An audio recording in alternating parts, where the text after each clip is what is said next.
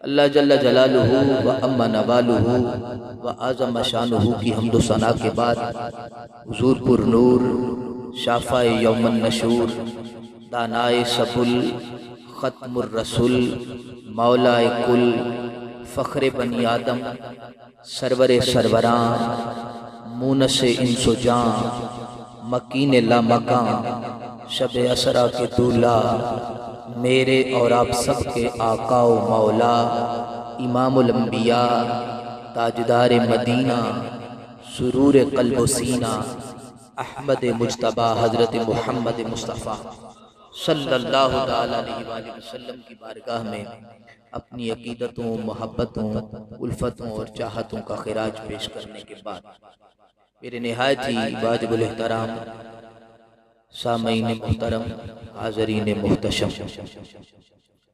بالخصوص میزبان محفل صاحبزادہ والا شان جناب قاری محمد انور نوشاہی صاحب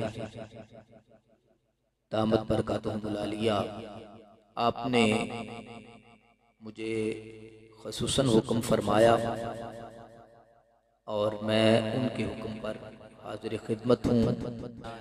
بزم نور داتا شاہ ولی سرکار کے جتنے بھی اراکین ہیں اور جتنے بھی مہمان خصوصی ہیں، اللہ تعالیٰ سب کی حاضری کو اپنی بارگاہ میں قبول بھی فرمائے اور چشم رحمت سرکار کا سبب بھی بنائے۔ قاری انور نوشاہی صاحب آپ کی صاحبزادی اس کی یہ ولادت کا دن ہے جس پر یہ آقا علیہ السلام کے میلاد کی محفل سجائے بیٹھے ہیں، تو سب سے ذکر موضوع جو ہے وہ سرکار کی محبت کا ذکر ہے، سرکار کی حسن و جمال کا ذکر ہے۔ میں نے جو آیا مبارکہ تلاوت کی ہے اس میں میرے رسول کے حسن و جمال کا ذکر بھی ہے اور ہمارے اوپر جو اس دور میں ڈیوٹیاں، اس وقت جو ہماری ذمہ داریاں ہیں اس کا ذکر بھی ہے۔ تو میں نے تیسرے سپارے سے سورہ بقرہ سے ایک آیہ مبارکہ جو بالکل آیت الکرسی جہاں ختم ہوتی ہے اس کے بعد شروع ہوتی ہے وہ میں نے تلاوت کی ہے کہ لا اکراہ فی الدین قد تبین الرشد من الغی فمن یکفر بالطاغوت ویؤمن باللہ فقد استمسک بالعروۃ الوثقی لا انفصام لها واللہ سمیع علیم۔ توجہ فرمائیں جی، گفتگو میری شروع ہے۔ اللہ فرماتا ہے دین میں کوئی جبر نہیں ہے۔ اس آیت کی بڑی توضیحات ہیں، موضوع کے مطابق میں صرف ایک وضاحت کروں گا، باقی ساری چھوڑ دوں گا۔ صرف ایک وضاحت، اس کا مطلب یہ بھی نہیں ہوگا کہ اس کا صرف یہی معنی ہے اور اس کا مطلب یہ بھی نہیں ہوگا کہ باقی سارے معنی اس کو میں غلط یا جھٹلا رہا ہوں۔ سب توضیحات اپنی اپنی جگہ درست ہیں، میں اس میں سے صرف ایک توضیح اس ماحول کے مطابق آپ کی گوش گزاری۔ وقت کافی ہو چکا، آپ توجہ فرمائیں گے تو انشاءاللہ بات آگے بڑھے گی۔ لا اکراہ فی الدین، دین میں زبردستی نہیں کرنی۔ کیوں نہیں کرنی؟ قد تبین الرشد من الغی، اس لیے کہ ہدایت گمراہی سے واضح ہو گئی، خوب واضح ہو گئی۔ ایک توضیح اس کی یہ ہے کہ رب کہہ رہا ہے اے جماعت مومنین، کسی کو تلوار پکڑ کے نہیں کہنا کہ کلمہ پڑھ، کھینچ کے نہیں لانا کہ کلمہ پڑھ، زبردستی نہیں کرنا کہ کلمہ پڑھ، کسی کو یہ نہیں کہنا کہ ضرور ایمان لا ورنہ تیرا سر کاٹ کے رکھ دیں گے۔ مولا کیوں؟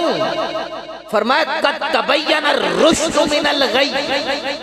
بہت سارے مفاہیم میں سے ایک مفہوم جو متعدد مفسرین نے بیان کیا ہے وہ یہ ہے کہ اے جماعت مومنین، اے جماعت مسلمین، زبردستی کی ضرورت تو تب پڑے جب ہم نے رخ مصطفیٰ جیسا آئینہ نصب نہ کیا ہو، جب جمال مصطفیٰ کے لشکاریں نہ پڑ رہے ہیں، جب حسن و جمال مصطفیٰ نہ ہو سامنے، تو پھر تو تلوار سے تو ہو، جب مصطفیٰ کو دیکھیں گے تو پھر جائیں گے کہاں؟ لا اکراہ فی الدین قد تبین الرشد من الغی. جب جمال مصطفیٰ چمک رہا ہو، کمالات مصطفیٰ نظر آ رہے ہو، حسن و سیرت کا وہ باب سامنے ہو، تو فرمایا خبردار، اب نہیں کسی کو کہنا آپ پڑھ کلمہ، جو دیکھے گا وہ انکار کر. لا اکراہ فی الدین ایک توضیح ہے یا رسول یا زندہ باد زندہ باد. قرآن پاک کی ہر آیت میں ختم نبوت کی دلیل ہے. یہ میں آپ کو بتا دوں، نعرہ لگا میں آپ کو بتا دوں، قرآن کی ہر آیت ختم نبوت کی دلیل ہے. لوگ تو یہاں پوچھتے ہیں نا کہ ایک آیت ہے صرف اور اس پہ انکار ہے، اور بڑی وضاحتیں کرتے ہیں. اللہ تعالیٰ ان فتنوں سے بچائے. قرآن کی ہر آیت ختم نبوت کی دلیل ہے. میں نے جو پڑھی ہے اس میں بھی ختم نبوت ہے. میں بیان کرتا ہوں ہر آیت. کس طرح؟ وہ اس طرح کہ زبور کس کا کلام تھا بولیے؟ اللہ کا. لے کے کون آیا؟ جبریل. بولیں زبور کس کا کلام تھا؟ اللہ کا. لے کے کون آیا؟ جبریل. جس پہ نازل ہوا وہ کون تھا؟ نام نہیں آتا تو اللہ کا نبی. کون تھا؟ اللہ کا نبی. کلام کس کا؟ اللہ کا. لے کے آنے والا جبریل. جس پہ نازل ہوا اللہ کا نبی. بدلا لوگوں نے کہ نہیں؟ بدل دیا، تحریف ہو گئی. تورات کس کا کلام تھا؟ اللہ کا. لے کے کون آیا؟ جبریل. جس پہ نازل ہوا وہ کون تھا؟ اللہ کا نبی. بدلا کہ نہیں؟ بدل دیا. انجیل کس کا کلام تھا؟ اللہ کا. لے کے کون آیا؟ جبریل. آیا کس پہ؟ اللہ کے نبی پہ. بدلا کہ نہیں؟ بدلا گیا. بولا تورات بھی تیری تھی، کلام بھی تیرا تھا، لانے والا بھی جبریل تھا، جس پہ اترا وہ بھی تیرا نبی تھا، تیرا پیغمبر تھا. تبدیل کیوں کرنے دیا؟ تحریف کیوں کرنے دی؟ روکا کیوں نہیں؟ زبور آیا تو نے نہیں روکا، انجیل آئی تو نے نہیں روکا. فرمایا یہ حکمت تھی. زبور کو بدلو گے تو تورات کو بیچ دوں گا جو اس کی تصدیق کر دے گی. تورات کو بدلو گے تو انجیل کو بیچ دوں گا جو اس کی تصدیق کر دے گی. انجیل کو بدلو گے قرآن کو بیچ دوں گا جو ان سب کی تصدیق کر دے گی. اب قرآن کے بعد کوئی آ نہیں سکتا. تو اِنَّا نَحْنُ نَزَّلْنَا الذِّكْرَ وَإِنَّا لَهُ لَحَافِظُونَ. اب نہ قرآن کے بعد کوئی کتاب ہے، نہ اس کے بعد کوئی نبی ہے. نہ تم نبی کو جھٹلا سکتے ہو، نہ قرآن کو جھٹلا سکتے ہو. یہی سب سے بڑی ختم نبوت کی دلیل ہے. میں وہ بھی نبی میرے تھے، کلام میرا تھا، لانے والا جبریل تھا. بدلنے اس لیے دیا کہ قرآن آئے گا، تو اب قرآن کو بدل نہیں سکتے. قرآن کے بعد کوئی آ نہیں سکتا. تو قرآن کی زیر زبر کا محفوظ ہونا یہ ختم نبوت کی سب سے بڑی دلیل، سب سے بڑی دلیل. اسی طرح اب آ جائیں پھر اس پہ لا اکراہ فی الدین قد تبین الرشد من الغی. اس میں پھر ختم نبوت. فرمایا جب ہدایت کو میں نے خوب واضح کر دیا تو اب کسی قادیان کے بے ایمان کی ضرورت نہیں باقی رہی.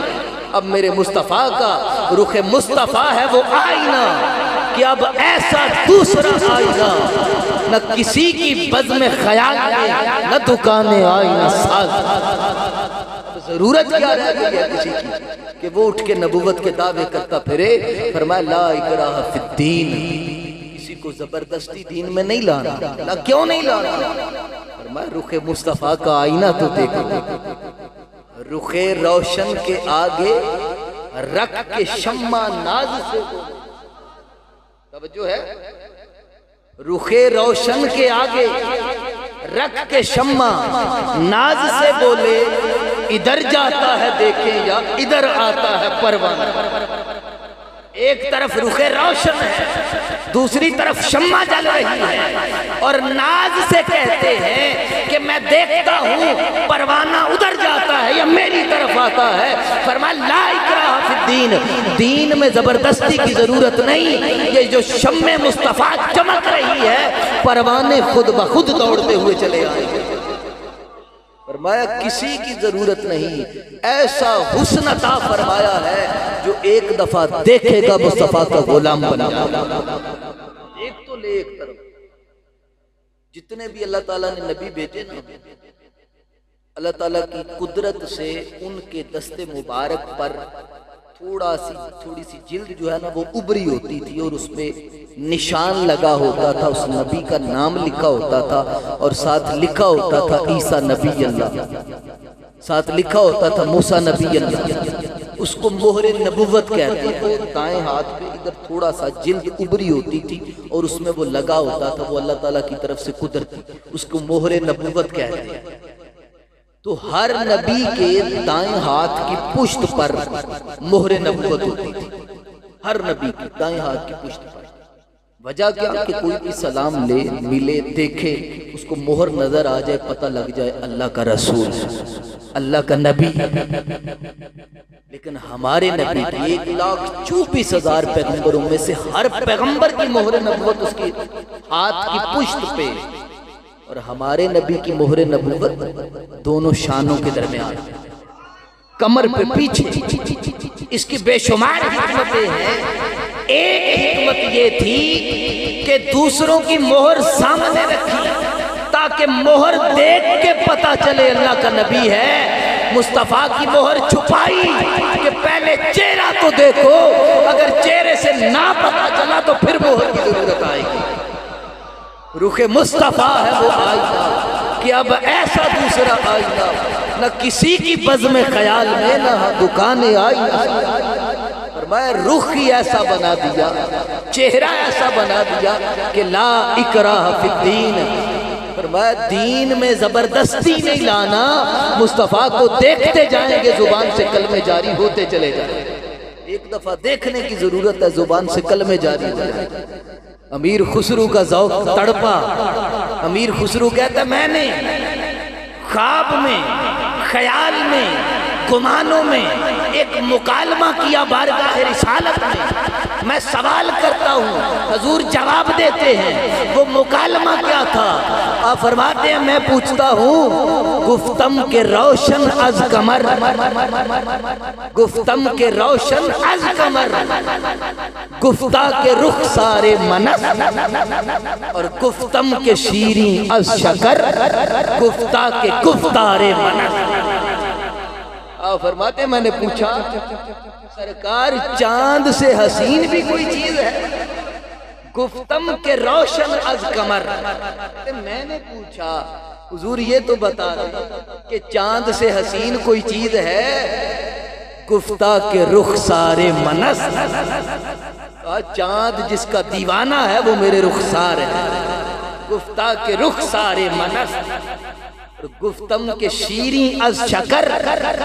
میں نے پوچھا کہ حضور شکر سے میٹھی بھی کوئی چیز ہے؟ گفتہ کے گفتار منس۔ کہا مجھ سے کلام تو کر کے دیکھ، تو شکر کی شیرینیاں بھول جائے گا، میرے کلام کی حلاوتیں تجھ پہ طاری ہو جائے گا۔ گفتم کے شیریں از شکر، گفتہ کے گفتار منس۔ اور پھر آپ کہتے ہیں میں نے ایک اور سوال پوچھا، آپ فرماتے گفتم کے مرگے ناگہاں، گفتہ کے درد ہجر من، گفتم کے مرگے ناگہاں، گفتہ کے درد ہجر من، گفتم علاج زندگی، گفتہ کے دیدار منس۔ کہتے میں نے پوچھا حضور مرگے ناگہاں کیا ہوتی ہے؟ اچانک موت کسے کہتے ہیں؟ مرگے ناگہاں کیا ہے؟ میں گفتہ کے درد ہجر من، کہا میری جدائی میں تڑپنے والوں سے پوچھ مرگے ناگہاں کیا ہوگا۔ گفتم کے مرگے ناگہاں، گفتہ کے درد ہجر من، گفتہ کے درد ہجر من، گفتم علاج زندگی، گفتہ کے دیدار منست، کہا پھر زندگی کا علاج کیا ہے؟ کہا میرا دیدار ہی ان کو زندگی عطا فرماتا۔ یہ ہے میرے مصطفیٰ کا وہ آئینہ، وہ رخ مصطفیٰ ہے وہ آئینہ۔ میں لا اکراہ فی الدین، دین میں زبردستی کی ضرورت نہیں۔ کیوں؟ فرمایا آئینہ ہی ایسا نصب کر دیا ہے جو دیکھے گا فوراً ایمان پہ، دیکھنے سے ہی زبان پہ کلمے جائیں گے۔ دنیا نعت کی تاریخ میں سب سے پہلی نعت جو تحقیق سے ثابت ہوا، سب سے پہلی نعت باقاعدہ جو اشعار کی صورت ہے، ویسے تو ہر نبی نے میرے مصطفیٰ کی نعت پڑھی، تعریف کے اعتبار سے خود پورا قرآن میرے مصطفیٰ کی نعت، لیکن باقاعدہ اشعار لکھنا شعروں کی صورت میں، وہ پوری زندگی میں کائنات میں سب سے پہلا جو نعت ہے میرے مصطفیٰ کا، وہ حضرت سیدنا سلیمان علیہ السلام، حضرت سیدنا سلیمان علیہ السلام۔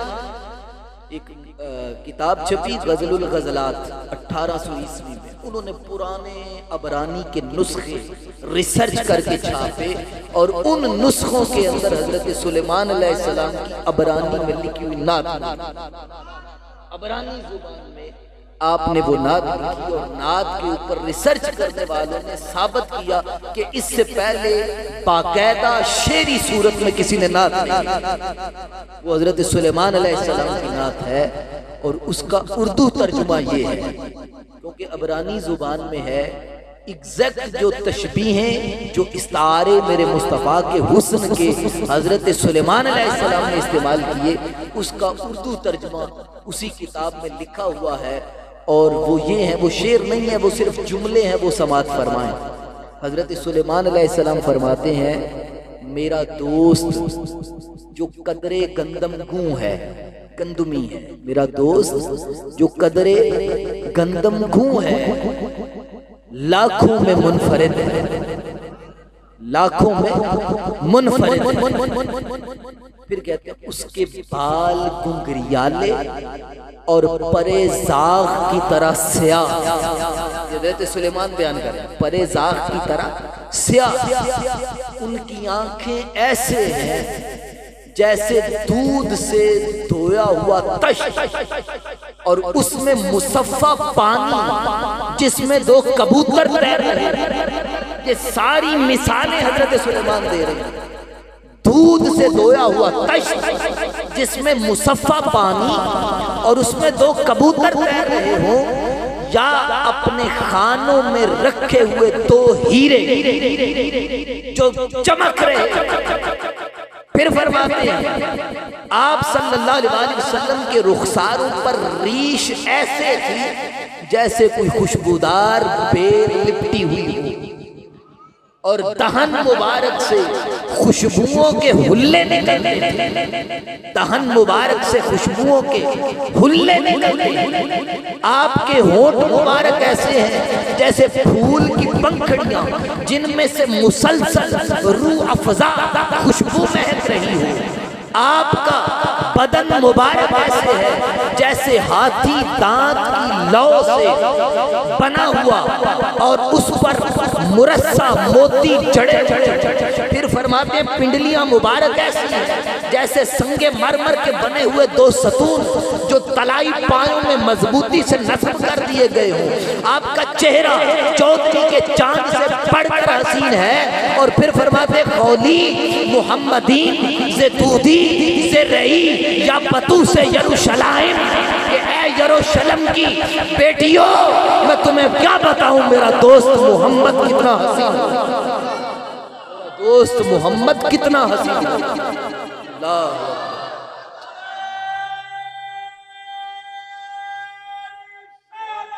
یا رسول اللہ صلی اللہ علیہ وسلم، یا علی، میں تجھے کیا بتاؤں، یہ آخری جملے عبرانی کے میں نے بولے ہیں۔ خلو محمدین ز دودی ز رئی یا بتو سے یروشلم، اے یروشلم کی صاحبزادیوں، اے بیٹیوں، میں تمہیں کیا بتاؤں میرا دوست کتنا حسین اور اس کا نام محمد صلی اللہ علیہ وسلم۔ یہ حضرت سلیمان علیہ السلام، اور اس کا شعروں میں ترجمہ کرنا ہے تو وہ یہ بنے گا، چہرہ ہے کہ انوار دو عالم کا صحیفہ، چہرہ ہے کہ انوار دو عالم کا صحیفہ، آنکھیں ہیں کہ بحرین تقدس کے نگی ہیں، ماتھا ہے کہ وحدت کی تجلی کا ورق ہے، عارض ہے کہ والفجر کی آیت کے امین، عارض ہے کہ والفجر کی آیت کے فرمایا لا اکراہ فی الدین، لوگو کسی کو نہیں کہنا پڑھ کلمہ، میرے مصطفیٰ کو دیکھیں گے کلمہ زبانوں سے جاری ہو جائے، کلمہ زبانوں سے جاری ہو جائے۔ ایک قافلہ مدینہ شریف کے باہر آ کے رکا، اس قافلے کا جو سردار تھا نا وہ ذرا سیر و سیاحت کے لیے شہر کے اندر چلا گیا، اور ادھر سے جو پوری کائنات کے سردار تھے وہ چل پڑے شہر سے باہر، چہل قدمی فرمانے کے لیے حضور باہر تشریف لے آئے۔ چلتے چلتے جب دیکھا ایک نیا قافلہ آ کے رکا ہوا ہے، حضور اس قافلے کے قریب چلے گئے، وہاں آپ نے دیکھا ان کے پاس اونٹ ہیں، اور ایک سرخ اونٹ پر میرے آقا کی نظر پڑ گئی جس پہ محشر میں بخشا گیا، اٹھی جس سمت ابر کرم چھا گیا، جس طرف اٹھ گئی دم میں دم آ گیا، اس نگاہ عنایت پہ لاکھوں صدقے جاؤں اس کی قسمت پر جس اونٹ پہ سرکار کی نظر پڑ گئی۔ وہاں کوئی نہ وہ چارہ ڈالنے والا کوئی ملازم تھا جس کے پاس اونٹوں کی خرید و فروخت کا کوئی اختیار نہیں تھا، وہ تو ملازم ہے، کام کر رہا تھا، وہ چارہ ڈال رہا تھا۔ حضور نے پوچھا بیچتے ہو اونٹ؟ جب سرکار کی آواز مبارک سنی، آپ کا چہرہ بددعا دیکھا، اسے یاد ہی نہ رہا کہ میرے پاس تو اختیار ہے، سرکار بولتے گئے وہ سمجھا گیا۔ حضور نے پوچھا اونٹ بیچتے ہو؟ کہا ہاں بیچتا ہوں۔ کتنے کا بیچتا ہوں؟ اتنے کا بیچتا ہوں۔ کہا اچھا پھر اونٹ میرے حوالے کرو، میں قیمت بھجوا دے گا۔ اور ٹھیک ہے لے جائیں۔ سرکار نے مہار پکڑی، چلنا شروع ہو گیا، پیچھے سے دیکھتا رہا دیکھتا رہا دیکھتا رہا دیکھتا رہا، گفتم خجال کبک رہا، گفتہ کے رفتار منست۔ خسرو کہتے ہیں میں نے پوچھا حضور کبک جو ہے نا بڑا خوبصورت چال رکھنے والا پرندہ ہے، کہا حضور جو کبک کا پرندہ ہے یہ کس سے شرمندہ ہوتا ہے؟ کہا گفتہ کے رفتار منست، جب مجھے چلتے ہوئے دیکھ لے کبک بھی شرمندہ ہو جاتا۔ حضور چلتے گئے، وہ سرکار کی رفتار دیکھتا گیا، جب بولتے تھے تو گفتار سنتا تھا، چلتے تھے تو رفتار دیکھتا تھا، جب سامنے تھے تو رخسار دیکھتا تھا۔ سرکار آنکھوں سے اوجھل ہو گئے، حیران ہو گیا، مالک آئے گا تو کیا کہوں گا، میرے پاس تو اونٹ بیچنے کا اختیار تک نہیں تھا۔ بہرحال بڑا پریشان، اتنی دیر میں مالک آیا، ادھر ادھر دیکھا نہ تو وہی اونٹ جو مالک کا پسندیدہ تھا وہ نظر نہ آیا۔ اس نے کہا کہاں ہے وہ اونٹ؟ اس نے کہا مالک کو تو میں نے بیچ دیا۔ اچھا بیچ دیا؟ پہلے تو ناراض ہوا کہ تجھے یہ اختیار دیا کس نے؟ تیرا کام ہے چارہ ڈالنا، سیوا کرنا، رکھوالی کرنا، مالک میں ہوں۔ بہرحال غصہ ٹھنڈا ہوا تو کہا اچھا پھر ٹھیک ہے، بیچا تو لاؤ، کتنے کا بیچا؟ اتنے کا بیچا۔ اچھا کدھر ہے مال؟ مال ادھر۔ مال تو نہیں لی۔ پھر اسے غصہ آیا، پھر اس نے اپنا غصہ نکالا، پھر کہتا اچھا چلو بتاؤ اس کا نام کیا تھا؟ کہتا نام تو پوچھا ہی نہیں۔ مالک برس رہا ہے، غصے سے آگ بگولا ہو رہا، تم کیسے ملازم ہو؟ تمہیں یہ اختیار دیا کس نے؟ وہ اب حیران ہے میں مالک کو جواب کیا دوں؟ کہا اچھا کوئی ایڈریس تو اس سے پوچھا ہوگا؟ ایڈریس نہیں پوچھا، کچھ بھی نہیں پوچھا۔ اب غصہ انتہا پہ تھا، مالک اس کو مارنے کو دوڑا تو ادھر خیمے میں سے ایک عورت کی آواز آئی، کہا انا ضامنۃ، مارنے والے اسے کچھ نہ کہنا، میں تیرے مال کی ضمانت دیتی رہی ہوں۔ کہتا ہے اچھا پھر تم بتاؤ، تم جانتی ہو کیا؟ نہیں جانتی۔ نام جانتی ہو؟ نہیں جانتی۔ ایڈریس جانتی ہو؟ نہیں جانتی۔ پھر تم کیسے ضمانت دیتی ہو؟ کہتی ہے اس لیے کہ لیس وجہ الکاذب، جو چہرہ میں نے دیکھا ہے وہ کسی جھوٹے کا ہو ہی نہیں سکتا، اس لیے تیرے مال اللہ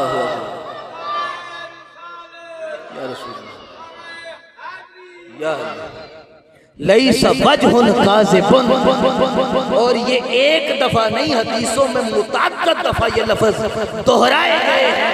جس نے بھی دیکھا اس نے کہا لیس وجہ کاذب، یہ چہرہ کسی جھوٹے کا ہو ہی نہیں سکتا۔ لا اکراہ فی الدین، کہا ایسا چہرہ بنا دیا ہے کہ کوئی پہلی دفعہ بھی دیکھے وہ ضمانت دے، لیس وجہ کاذب، یہ کسی جھوٹے کا چہرہ ہو ہی نہیں سکتا۔ چہرہ ہے کہ انوار دو عالم کا صحیفہ، آنکھیں ہیں کہ بحرین تقدس کے نگی ہیں، ماتھا ہے کہ وحدت کی تجلی کا برق ہے، اور عارض ہے کہ والفجر کی آیت کے امین ہیں، ابرو ہے کہ واللیل کے بکھرے ہوئے سائے، ابرو ہے کہ واللیل کے بکھرے ہوئے سائے، لب ہیں کہ صورت یاقوت شعاع مجلے، یہ وہ چہرہ تھا۔ فرمایا لیس وجہ کاذب، یہ کسی جھوٹے کا چہرہ ہو ہی نہیں سکتا۔ حضرت ابو ہریرہ سے پوچھو، حضرت ابو ہریرہ حضور دن رات سنگت میں آپ نے گزارے ہیں، بتائیں تو صحیح مصطفیٰ کا چہرہ کیا؟ حضرت ابو ہریرہ رضی اللہ دن رات حضور کی خدمت میں۔ ایک دفعہ صحابہ نے عرض کیا ابو ہریرہ اتنی حدیثیں نہ روایت کیا، بھول بھی جاتا ہے، غلطی ہو جاتی ہے، ابو ہریرہ سے منع کیا صحابہ نے کہ ابو ہریرہ کالا کالا رسول اللہ، جب دیکھو حضور نے فرمایا، حضور نے فرمایا، اتنی حدیثیں روایت کرتے ہو بندہ بھول بھی جاتا ہے۔ حضرت ابو ہریرہ سامنے اب جو مخاطب تھے وہ بھی صحابی تھے، کہا اچھا یہ بتاؤ آج کس کس نے فجر کی نماز پڑھی؟ وہ ہمارے جیسے تو نہیں تھے، فجر کا نام آتا تو دھیان نیچے کر دیتے، صحابی تھے، کہا ہم سب نے الحمدللہ پڑھی ہے۔ کہا اچھا سب نے مسجد میں حضور کے پیچھے؟ کہا اور اس لیے ہم سرکار کے پیچھے نماز نہیں پڑھنی تو پھر اس زندگی کا کیا فائدہ؟ کہا سب نے پڑھی۔ کہا اچھا پھر یہ بتاؤ حضور صلی اللہ علیہ وسلم نے آج پہلی رکعت میں قرآن پاک کا کون سا ٹکڑا تلاوت کیا؟ آج کی بات ہو رہی ہے، پرانی نہیں، کون سا ٹکڑا تلاوت کیا؟ اب کسی نے بتا دیا، کسی نے کہا یاد نہیں، پڑھی تو نماز پیچھے ہے، یاد نہیں۔ کہا اچھا اب بتاؤ دوسری رکعت میں، تو جنہوں نے پہلی بتائی تھی نا دوسری تک جاتے ان کا بھی کام ہو گیا، انہوں نے کہا یاد نہیں، نماز تو پڑھی۔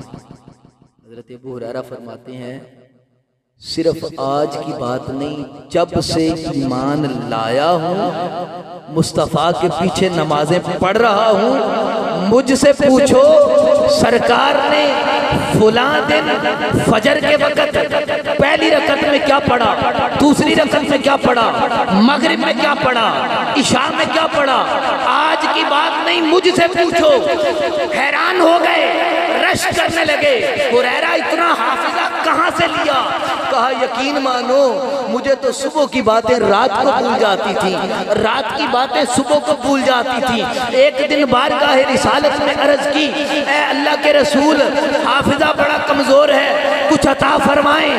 میرے آقا جوش میں آئے، دامان رحمت جوش میں آیا، فرمایا ہریرہ ابھی دامن بچھا، ابھی جولی بچھا۔ سرکار ابو ہریرہ نے یہ نہیں پوچھا حضور آپ کے سامنے جولی پھیلاؤں، لوگ تو کہتے ہیں اللہ سے مانگ، فرمایا نہیں ابھی جولی پھیلا۔ ہریرہ نے جولی پھیلائی مصطفیٰ کے سامنے، سرکار نے ایسے ہوا میں اوک بری اور ہریرہ کی جولی میں پھیلا، ہوا میں اوک بری، چیز نظر نہیں آ رہی بظاہر، دو جہاں کی نعمتیں ہیں ان کے خالی ہاتھ میں، دو جہاں کی نعمتیں ہیں ان کے خالی ہاتھ میں، ہوا میں اوک برتے ہیں، ہریرہ کی جولی میں انڈیل دیتے ہیں، پھر اوک برتے ہیں، پھر جولی میں انڈیل دیتے ہیں، پھر اوک برتے ہیں، پھر جولی میں انڈیل دیتے ہیں۔ 3 دفعہ مصطفیٰ نے اوک بری، جولی میں انڈیلی، کہا ہریرہ اب اس کو سمیٹ ذرا، اب گٹھڑی باندھنا، میں نے دولتیں ساری رکھ دی ہیں اس میں، اب اس کی گٹھڑی باندھ اور اپنے سینے سے لگا لے۔ دو جہاں کی نعمتیں ہیں ان کے خالی، فرمایا یہ گٹھڑی باندھ ذرا، سینے سے لگا۔ ابو ہریرہ فرماتے جب سینے سے لگائی تو بچپن کے واقعات بھی یاد آنے لگے، بچپن کے واقعات بھی یاد آنے لگے۔ کہا مجھے نہ منع کرو حدیث روایت کرنے سے، میرا یہ عالم ہے کہ پھر اگلی بات بڑی کمال کی کہا میرے حضور کے صحابہ سنو، نہ میری بیوی بچے ہیں نہ میرے پاس بکریاں ہیں، یہ تانا کیوں دے رہے ہو؟ کہا یہ تانا اس لیے دے رہا ہوں تم نے بکریوں کو بھی ٹائم دینا ہوتا ہے، بیوی بچوں کو بھی وقت دینا ہوتا ہے۔ ہریرہ وہ ہے کہ جب صبح صبح والضحیٰ کا چہرہ مسجد میں داخل ہوتا ہے تو ہریرہ پہلا شخص ہے جو زیارت کرتا ہے، اور جب رات کے وقت حضور کاشانہ نبوت کی طرف جاتے ہیں تو ہریرہ آخری شخص ہوتا ہے جس سے سلام لے کے حضور جاتے ہیں۔ ہریرہ ادھر ہی بیٹھا رہتا ہے، وہ حدیث روایت نہ کرے تو کیسے کرے؟ کہا اچھا پھر بتا مصطفیٰ کا چہرہ کیسا تھا؟ کہا ہاں میں بتاتا ہوں، مارائی تو احسن بالرسول اللہ کان الشمس تجری فی وجہہ فاذا ضحک یتلالع فی الجدر۔ کہا ہاں میں بتاتا ہوں، خدا کی عزت کی قسم میں نے مصطفیٰ سے خوبصورت کوئی چہرہ دیکھا ہی نہیں۔ کہا کیسا تھا؟ کان الشمس تجری فی وجہہ، کہا اس طرح کہ جیسے سورج میرے مصطفیٰ کے چہرے میں چل رہا، سورج میرے مصطفیٰ کے چہرے میں رواں تھا۔ کان الشمس تجری فی وجہہ واذا ضحک یتلالع فی الجدر، اور کہا جب حضور مسکراتے تھے در و دیوار روشن ہو جاتے تھے، جب حضور مسکراتے تھے تو در و دیوار روشن ہو جاتے تھے۔ تو ہجے میرا محبوب نہیں ڈٹھا جنوں ویکھ کے چن شرماوے، تے ادھی راتی دن چڑھ جاوے جے او رخ تو نقاب ہٹاوے، بجلی ڈردی لشک نہ مارے متم بے ادبی ہو جاوے، جے او رکھے ہاتھ پھلاں ہاتھ پھلاں تو ود جاوے، تے جے او جاوے سیر کرن تے سارا گلشن سیس نواوے، تے عقل خدا نے اینی دتی علماں وچ نہ آوے، تے علم خدا نے اینا دتا عقلاں وچ نہ آوے۔ آزم ایڈا سونا ماہی سانو کدرے نظر میں اتنا خوبصورت چہرہ کہ ایسا لگتا تھا جیسے سورج چل رہا ہے میرے مصطفیٰ کے چہرے۔ حضرت برا بن عازب سے پوچھا، حضرت برا بن عازب رضی اللہ تعالیٰ حضور کے صحابی، آپ بتائیں حضور کا چہرہ کیسا تھا؟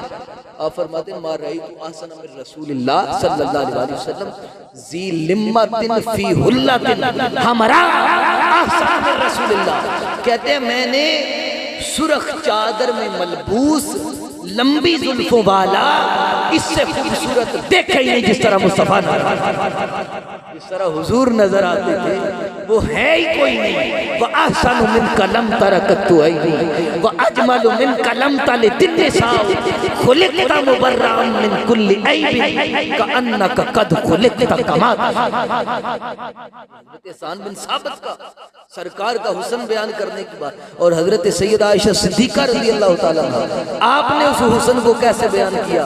آپ فرماتی ہیں وَلِلْآفَاقِ شَمْسٌ شمسی وَلِلْآفَاقِ شَمْسٌ، فرمایا ایک لنا شمسن وَلِلْآفَاقِ شَمْسٌ، کہا ایک ہمارا سورج ہے، ایک آسمانوں کا سورج ہے، ہمارا سورج ہے ایک آسمانوں کا سورج ہے، شمسی خیر من الشمس السماء، ہمارا سورج آسمانوں کے سورج سے اعلیٰ افضل ہے، بہتر ہے۔ کہا کیوں؟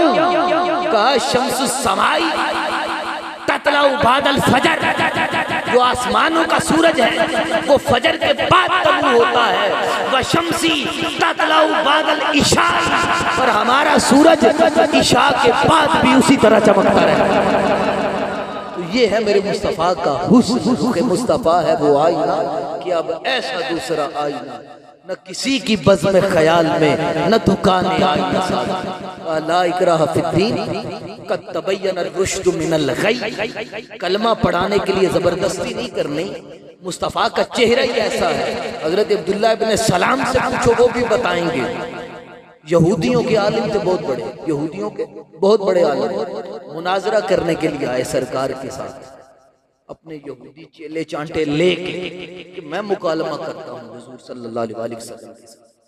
جب آئے کتابیں لے کے آئے، چیلے چانٹے لے کے آئے، یہودیوں کے بہت بڑے عالم. ادھر سے جب مصطفیٰ کا شانہ رحمت سے باہر آئے نا، کتابیں بھول گئیں، علم بھول گئے، مکالمے بھول گئے، دوڑ کے میرے مصطفیٰ کے قدموں پہ گئے، کلمہ پڑھ لیا. جو یہودی چیلے چانٹے ساتھ آئے تھے انہوں نے کہا یار تو لڑتا تو صحیح، بحث تو کرتا، مناظرہ کرتا، ہار جاتا ہمیں گلہ نہ ہوتا، یہ تو نے کیا کیا؟ تو حضرت عبداللہ ابن سلام نے بھی کہا لیس وجہ کاذب، یہ چہرہ کسی جھوٹے کا ہو ہی نہیں سکتا. تو رب کہتے کیوں پھر گھسیٹ کے لاتے ہو؟ میرے مصطفیٰ کو دیکھیں گے خود ہی جوک در جوک ایمان میں داخل ہوتے. پھر آگے جو اس کا دوسرا رخ ہے آیت کا میں ختم کرنے لگا، فرمایا کہ یہ جو ہدایت ہے خوب واضح ہو گئی، گمراہی سے خوب واضح ہو گئی، اب کسی قادیانی کی ضرورت نہیں ہے، خوب واضح کر دی ہم نے. من الغی لا اکراہ فی الدین قد تبین الرشد من الغی فمن یکفر بالطاغوت. اب یہ اگلی ذمہ داری ہماری ہے اور اس ذمہ داری کو سب سے احسن نبھایا ہے خاندان مصطفیٰ نے. یہ اگلی آیت جو ہے نا یہ خراج مصطفیٰ، خاندان مصطفیٰ کو خراج پیش کر رہی ہے. فرمایا فمن یکفر بالطاغوت، ایمان میں زبردستی کسی کو لانا تو نہیں، کیونکہ مصطفیٰ کا چہرہ ہی ایسے ہے کہ کسی کو لانے کی ضرورت ہی نہیں، خود آ جائے.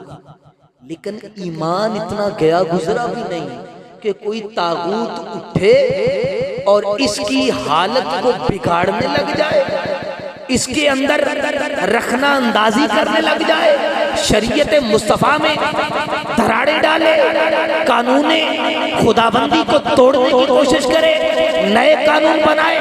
فمن یکفر بالطاغوت، جو ایسے طاغوت کے سامنے سینہ سپر ہو جائے، وَيُؤْمِنْ بِاللَّهِ، اور اللہ کی وحدانیت کا اعلان کرے، شریعت مصطفیٰ کی پاسبانی کرے.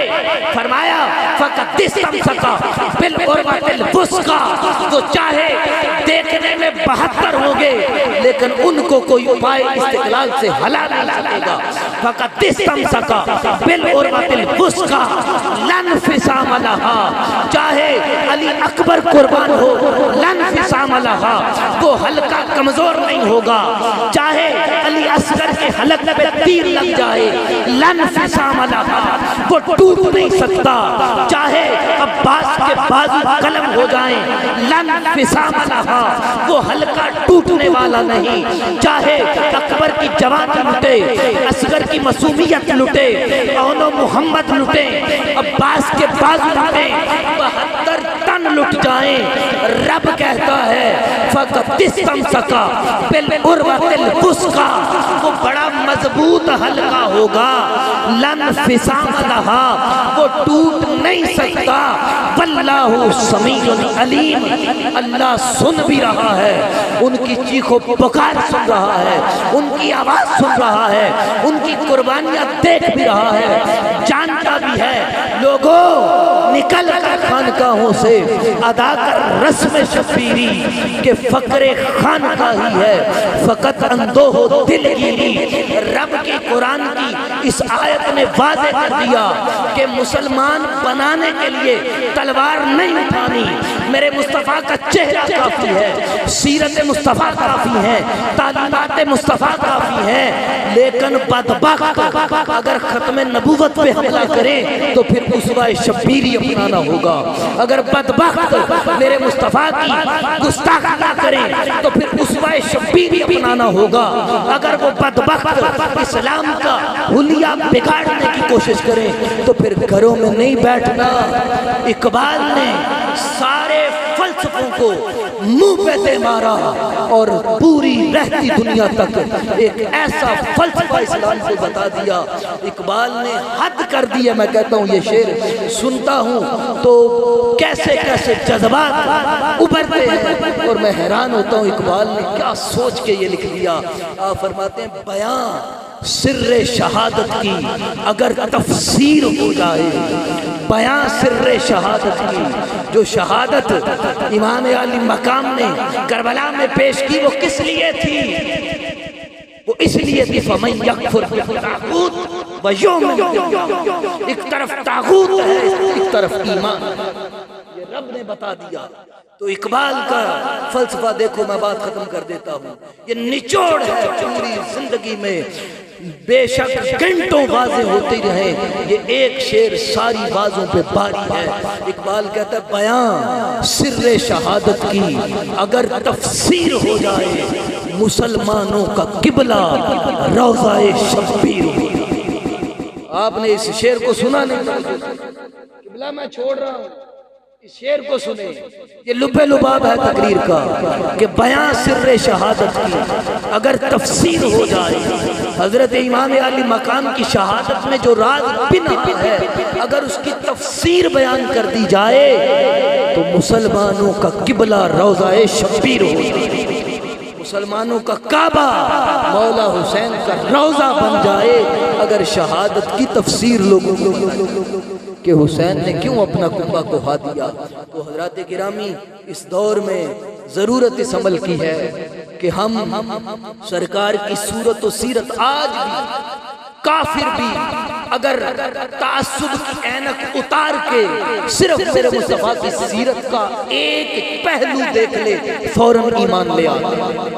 رب نے اسی لیے کہا لا اکراہ، مصطفیٰ کی صورت اور سیرت بنائی ایسے ہے کہ تلوار کی ضرورت نہیں، ان تک پہنچاؤ تو صحیح، یہ اسی وقت ایمان۔ آج بھی کافر اگر تعصب کی اینک اتار کے میرے مصطفیٰ کی کسی بھی سیرت کا ایک پہلو پڑھ لے ایمان لے آتا ہے، اور بڑے بڑے لاتے ہیں۔ لیکن ضرورت کس چیز کی ہے؟ فرمایا اس لیے نہیں تلوار اٹھانی، تلوار تب اٹھانی ہے جب ختم نبوت پہ حملہ ہو، تلوار تب اٹھانی ہے جب عزت و ناموس سے رسالت پہ حملہ ہو، تلوار تب اٹھانی ہے جب کوئی قرآن کی بے حرمتی کرے، جب تمہارے ایمان کی بے حرمتی کرے، جب اسلامی سرحدوں کو پامال کرنے کی کوشش کرے۔ تو فرمایا پھر نہ چپ بیٹھنا، ایمان لانے کے لیے تلوار نہ اٹھانا، ایمان پہ پہرا دینے کے لیے تلوار اٹھانا۔ اللہ تبارک و تعالی ہمیں اس فلسفے کو سمجھنے کی توفیق عطا فرمائے، اور اللہ تعالی محمد انور نوشاہی صاحب کی صاحبزادی کو اللہ